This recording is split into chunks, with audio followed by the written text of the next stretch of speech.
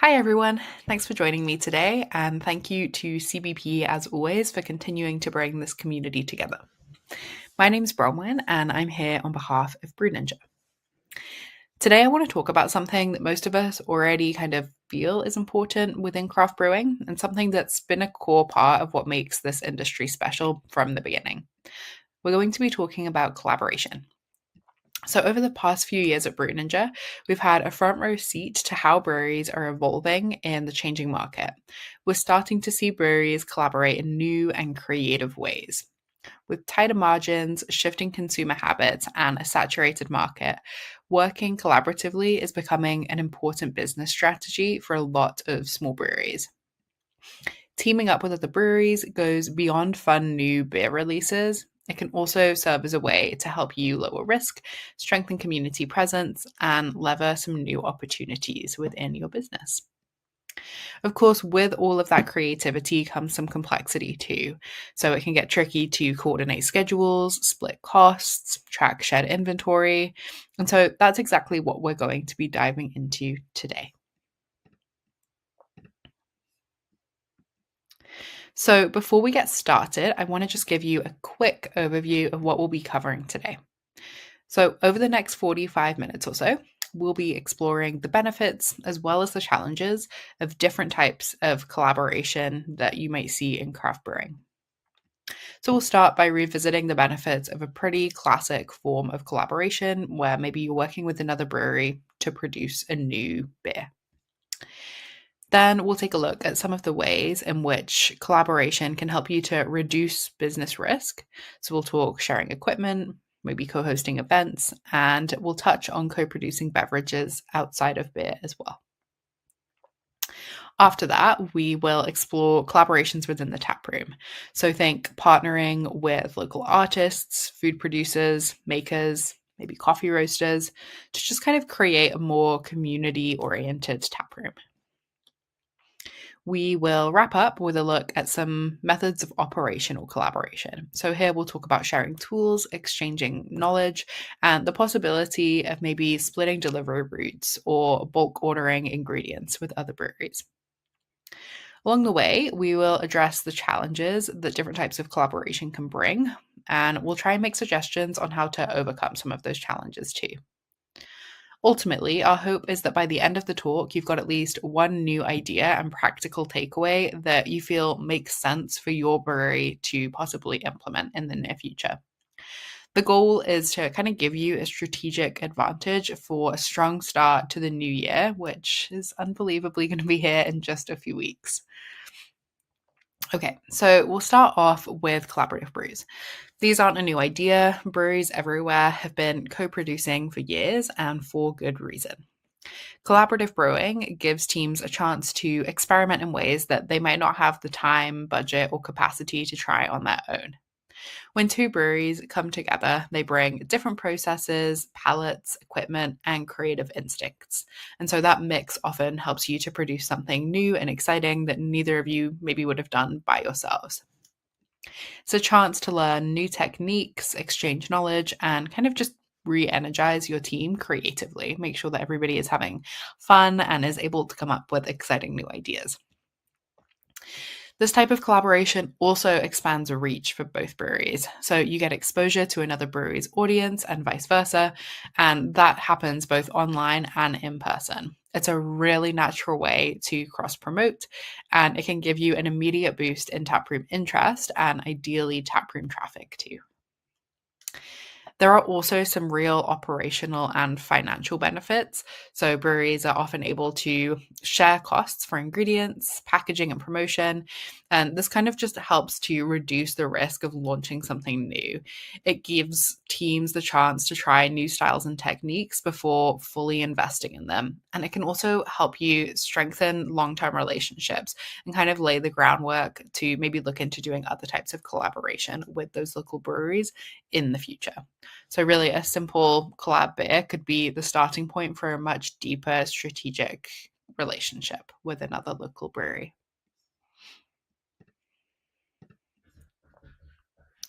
So now that we've covered the creative and audience building benefits of a classic collab brew, let's shift gears and take a look at collaboration from a different perspective. So we'll look at different ways that you could partner with another brewery to help you reduce risk. In this section, we will explore practical examples like sharing equipment, co hosting events, co producing other types of beverage, and how those different strategies might be able to help you better manage your costs, your time, and your resources. Okay, so sharing equipment is one of the most tangible ways that breweries can reduce costs. Many breweries have equipment that can sit idle for large portions of the week. Partnering with a nearby brewery to schedule shared use can be a great way to reduce capital expenses. So instead of each brewery taking on a six-figure purchase independently, two or three breweries can share access and kind of only pay for the wear and tear or labor during use.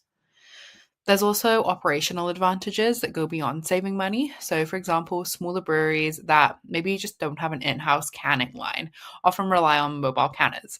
Those can be kind of costly, sometimes a little inconsistent with timing. And so, borrowing time on a neighboring brewery's line could be a good way to get some more scheduling flexibility at a lower price point as well. On the other side, the brewery that's lending that equipment gets the opportunity to generate extra revenue or maybe trade value. Could be through direct payment, shared ingredients, or shared distribution opportunities as well. Shared equipment is also a great gateway to skill sharing. So, when you are sharing equipment, you are strengthening relationships. Brewers get the opportunity to share knowledge, and again, you're reducing risk across the board. No one's operating entirely in isolation, and everybody gets a little bit more access to tools that might otherwise be out of reach.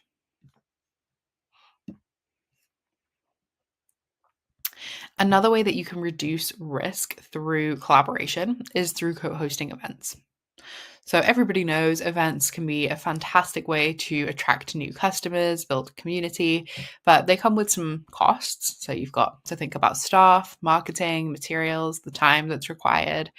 And partnering with another brewery or even a local cidery or distillery helps you to spread those costs and reduce the operational burden a little bit.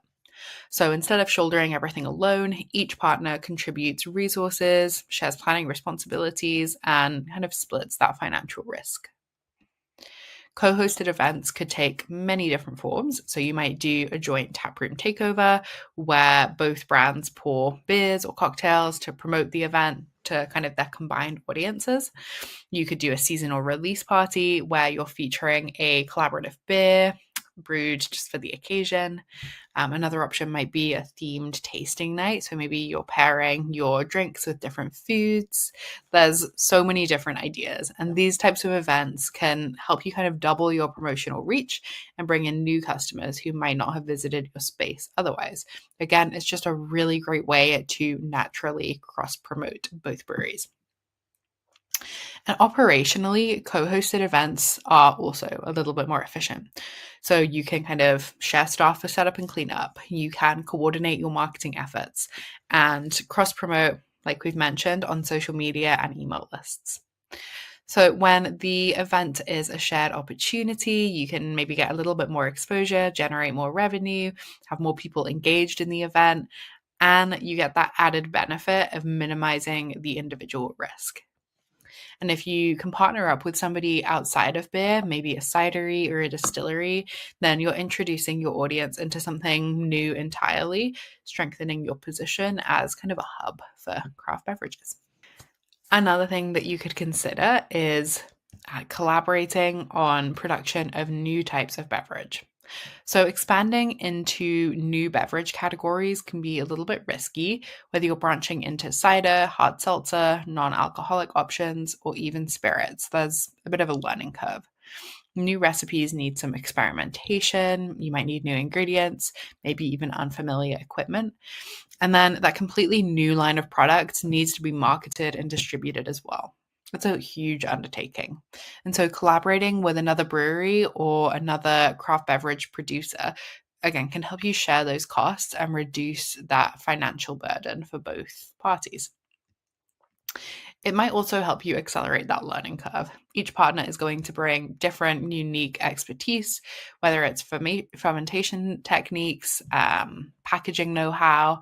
This combined knowledge is going to increase the likelihood of creating a high quality product while kind of avoiding some of the common mistakes that you might run into along the way.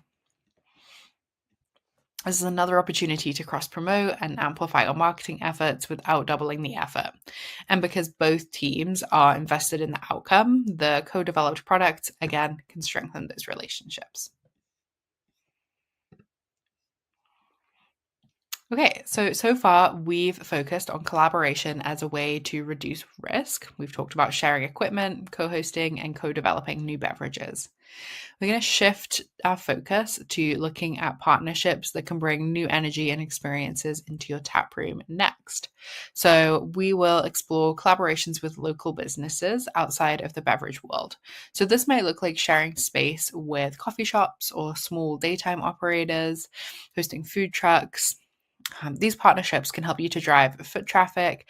They can help you to create additional revenue opportunities and, again, strengthen your brewery's position as kind of a bit of a local hub that everybody wants to check out.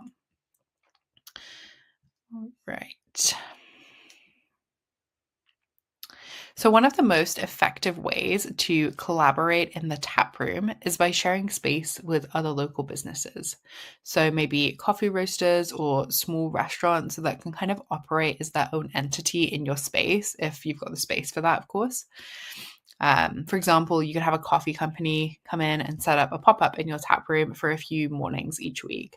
Or a small restaurant could serve lunch a few days a week while kind of maintaining their own brand and operations. So it kind of helps you to transform idle space into a productive, revenue generating activity while also creating a more welcoming environment for your customers throughout the day. These types of partnerships can be really beneficial for both parties. So, the brewery, of course, gains increased foot traffic, exposure to a new audience, and potentially a small rental or revenue share without committing to new staff or infrastructure. And the partnering business gets access to a space that maybe they couldn't afford on their own. They also get exposure to your customer base and they have the credibility of being associated with a great local brewery. Over time, this kind of arrangement can build a loyal, cross pollinated audience for both businesses. So you're both increasing your exposure.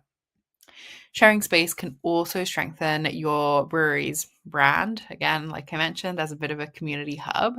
And collaborating with small local businesses sends a signal that you support your community, which of course encourages repeat visits and positive word of mouth. It can also create opportunities for other future collaborations with food vendors, makers, or other sorts of partners.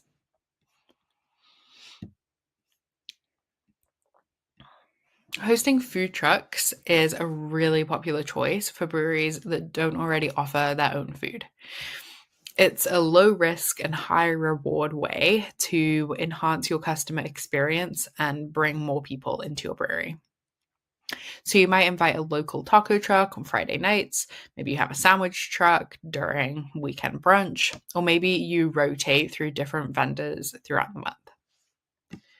Food trucks are great because they handle their own operations and staffing, so the brewery doesn't take on additional overhead, but customers have an added reason to stay longer, spend a little bit more at the brewery, and bring friends. Again, the benefits are going to extend to both the brewery that's hosting and the food truck. So, as we mentioned, breweries are going to likely see higher sales as people are sticking around in the tap room for a little bit longer because they're eating while they're there too. And again, there's ample opportunity for cross promotion. And then the vendors, they're going to gain exposure to a built in audience that the brewery already has. Again, a reliable location, and they don't have the cost of renting a physical space to keep their food truck at.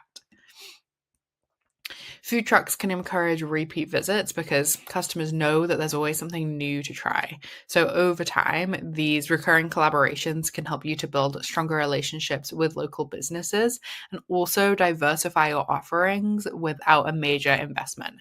So, it kind of reinforces the brewery's role as a center for both good local craft beer and also some local food.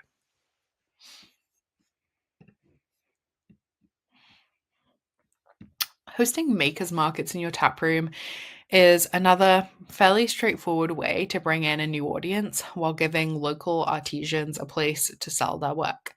So, this could look like a monthly market where you're featuring ceramic artists, woodworkers, illustrators, or maybe small batch food producers.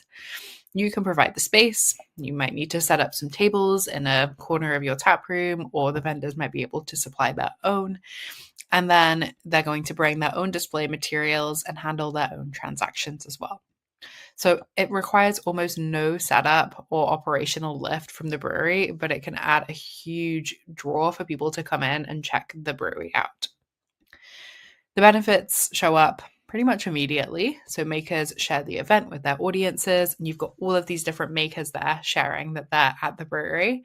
So this, of course, brings people in who might not have visited your tap room otherwise. And then once inside, those customers are hopefully going to buy a drink or two, maybe take some beer home. They might sign up for your newsletter or your loyalty program. And meanwhile, the makers are getting access to pretty steady foot traffic and an opportunity to grow their customer base without renting their own retail space. Everyone wins without significant cost or risk. Makers markets also give breweries valuable data and kind of low risk testing opportunities. So you can track which vendors draw the largest crowds, what time slots generate the highest drink sales, and whether certain themes, like perhaps holiday markets or food only lineups, outperform others. So this can help you kind of refine your taproom programming with real evidence rather than guesswork and keep offering more of what your customers are looking for. And because these events typically happen during slower taproom windows, they're a great way to give you a little bit of a revenue boost as well. Over time, this is going to give you a clearer understanding of how you can use your space a little bit more effectively and how outside partners can support your overall taproom strategy and bring more people in to your brewery.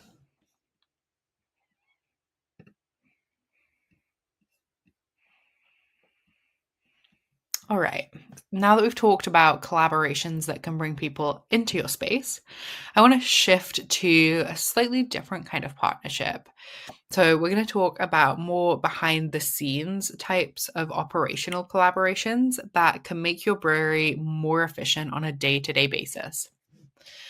So, these aren't glamorous collaborations. They're not getting posted on Instagram necessarily, but they can really have a meaningful impact on helping you cut down your costs, reduce your workload, and just become a little bit more resilient, which is really important as the market continues to shift and change.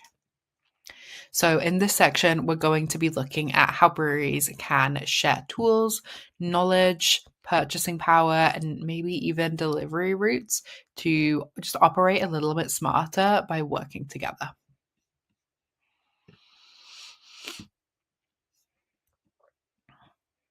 So, one of the most immediate forms of operational collaboration that you can take part in is sharing technical knowledge. Everything from different settings that you use on your equipment to different workflow solutions that you have found work well for your brewery.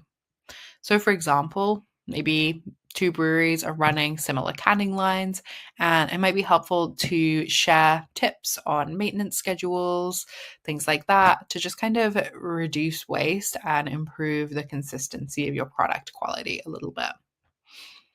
Another brewery might be able to share SOPs for yeast management, which can be kind of tricky, or processes that can kind of reduce your cleaning cycle. And then a deeper layer of this collaboration comes through comparing how each brewery operates to help you identify gaps and opportunities for your own brewery to improve. So you could look at each other's production workflows. How does this brewery schedule brews, manage their tank turns, run packaging days, track loss, prep for audits? The options are endless. And communities like CBP are the perfect place to facilitate these exchanges. So brewers have got a trusted space to share insights and best practices. By kind of going through these processes together, breweries can spot inefficiencies that they maybe wouldn't have noticed alone. And this kind of knowledge exchange can seem really simple, but actually have a huge impact on overall efficiency over time. So, shout out to CBP.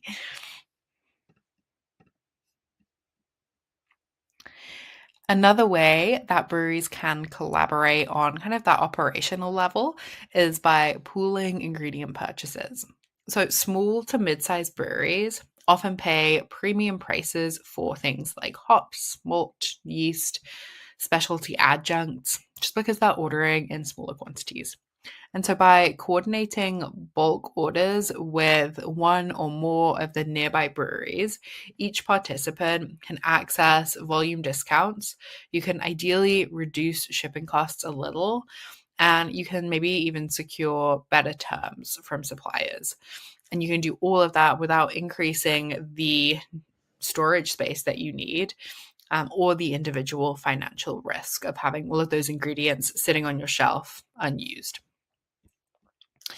This is also a great way to strengthen relationships with your distributors and suppliers who maybe prioritize breweries that order larger, predictable volumes. And it creates opportunities for cross brewing collaborations, like we talked about a little bit earlier in the talk, where maybe you can share ingredients like a new exciting kind of hop or an experimental yeast. This kind of encourages a little bit of innovation because each brewery isn't having to invest heavily in trial batches alone. You can kind of share that cost. Now, collaborative or collective ingredient purchasing can be a little bit tricky to navigate. To make it work a little bit more smoothly, you're going to need to make sure that you have clear communication or some sort of agreement in place. It's always a good idea to decide upfront who is in charge of placing the order, how are the costs and the delivery responsibilities going to be split, and how are you going to handle excess or leftover inventory as well. Establishing these kind of SOPs from the start can prevent misunderstandings and ensure that the collaboration benefits all parties pretty equally. Done well, collective ingredient purchasing is a low risk and high impact partnership that can really reduce your costs, support experimentation, and help you strengthen that network with your other local breweries as well.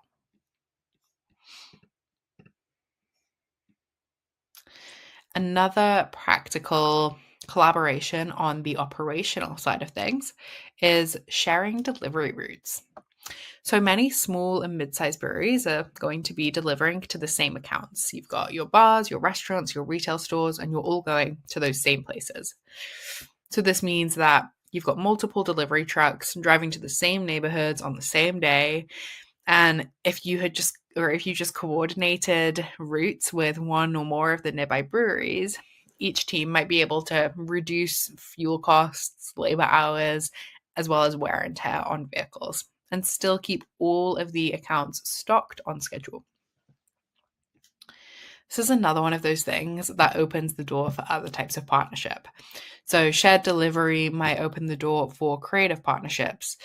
For example, a brewery could team up with a local cider producer or a small distillery that services some overlapping accounts. So, together, you can consolidate those deliveries, cutting costs for everybody involved and increasing the frequency or coverage of your distribution without additional resources. And then you might also be able to get the conversation rolling on how you might want to collaborate with that cidery or distillery on some other projects, co producing new products, things like that. This allows smaller producers to compete a little bit more effectively with some of the larger distributors by offering a reliable and cost efficient delivery network. Of course, this is going to vary depending on where you're located. Not every state is going to allow this sort of distribution, but if you are somewhere where you have that flexibility, it can be a really great way to cut some of those costs and just make things a little bit easier on your team. Again, this is going to be a trickier one to navigate and make work. So, some tips for making shared delivery work: you want clear planning and communication. It's always a good idea to decide on routing responsibilities as well as how cost sharing is going to work for fuel and labor, as well as liability for any damages or delays that might happen. So, using simple tools like shared spreadsheets or route planning apps could be really helpful. You might even want to integrate or share an integrated brewery management software system. Done correctly, this kind of collaboration reduces operational risk, it can help you save money, and it can strengthen relationships with both local producers and your customers.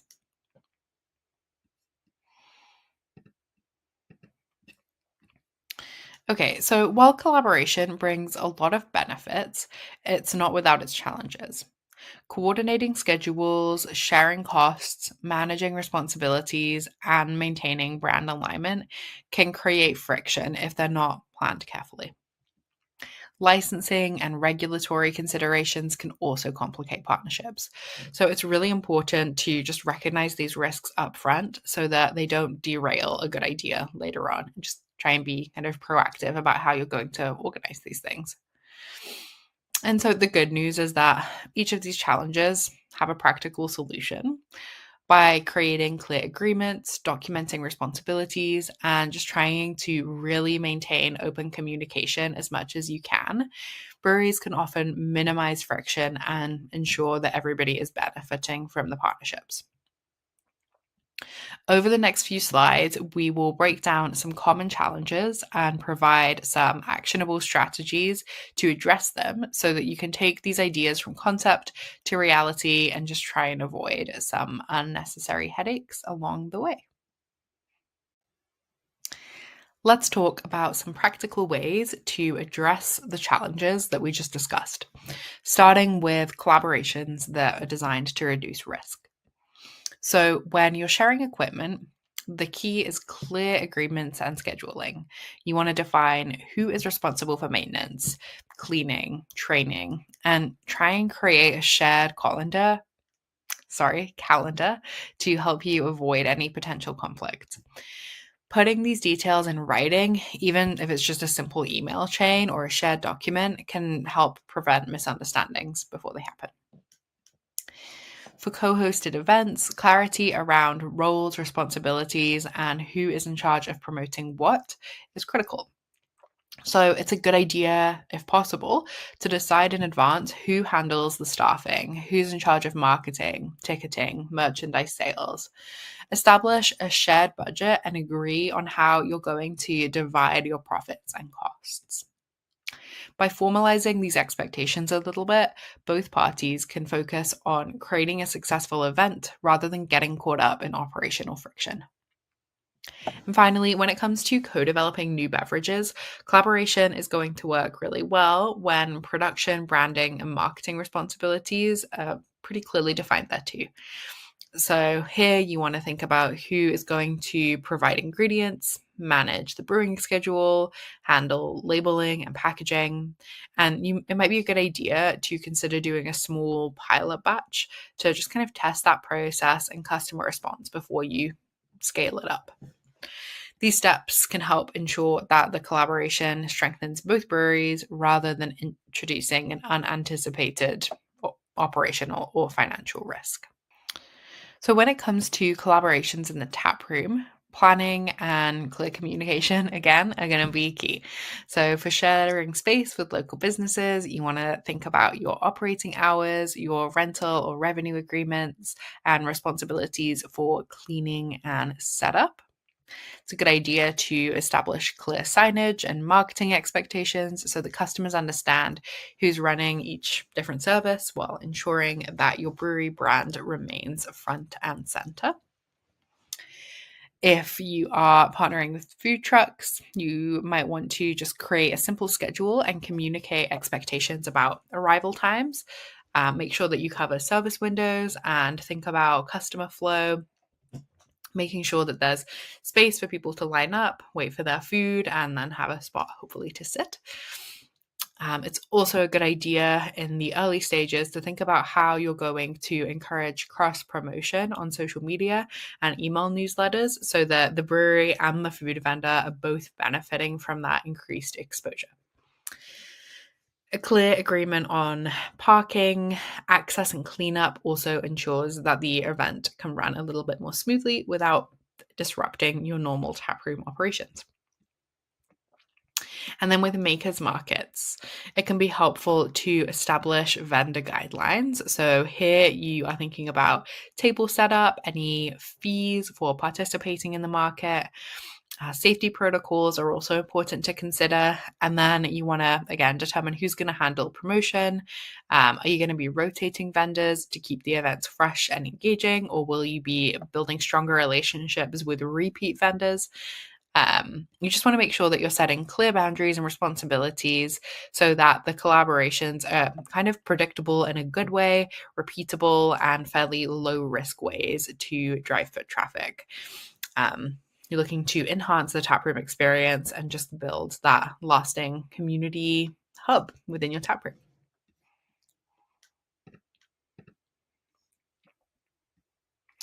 Lastly, for operational collaborations, you want to be thinking about structure and transparency. So, if you're sharing technical knowledge or workflows, it might be a good idea to have a regular touch point. Maybe it's just a short, regular meeting. Maybe there's a particular channel that you prefer to communicate through. Maybe you just have a shared document that people are kind of adding tips and ideas to. Communities like CBP are perfect for facilitating those conversations in a trusted environment where brewers are really comfortable sharing insights too. For collective ingredient purchasing, figuring out who's going to be ordering ingredients, how will the costs be allocated, how's storage going to work, what, like all of the different logistical challenges, you want to kind of think about those before you jump into this.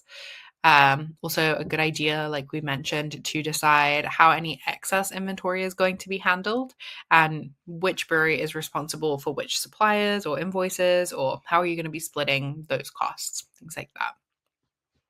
When it comes to sharing delivery routes, planning and communication, again, are key.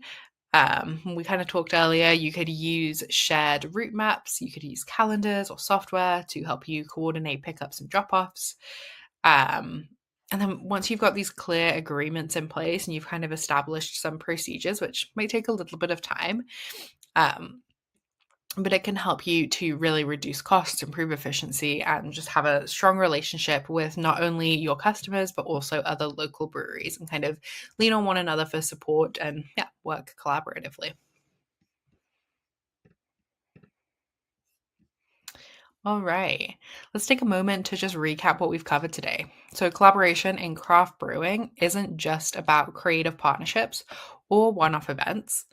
It can be a really powerful business strategy when it's done well. So, from classic brewery to brewery collaborations on new beers to sharing equipment, co hosting events, and co developing new beverages, collaboration can offer a lot of different ways to reduce risk, cut costs, and strengthen your operations. We also looked at collaborations in the tap room beyond brewing, so sharing space with coffee roasters, hosting food trucks, running makers markets.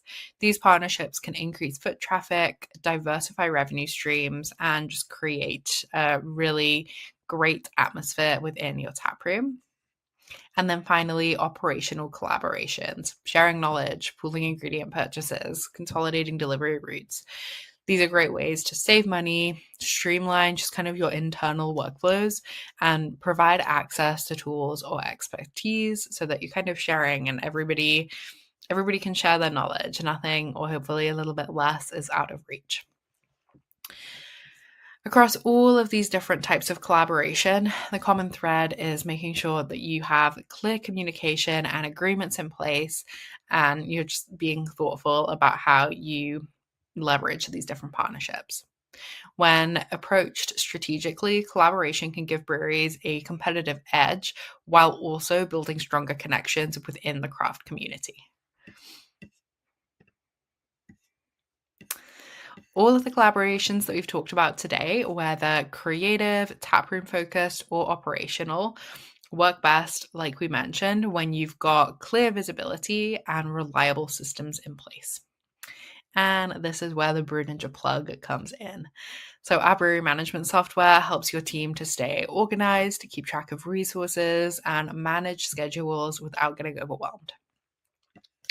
By centralizing information and making it easy to track production, inventory, sales, and payments, Brew Ninja supports collaborations at every level. It gives breweries the confidence and clarity to experiment, partner, and grow without losing control of day to day operations.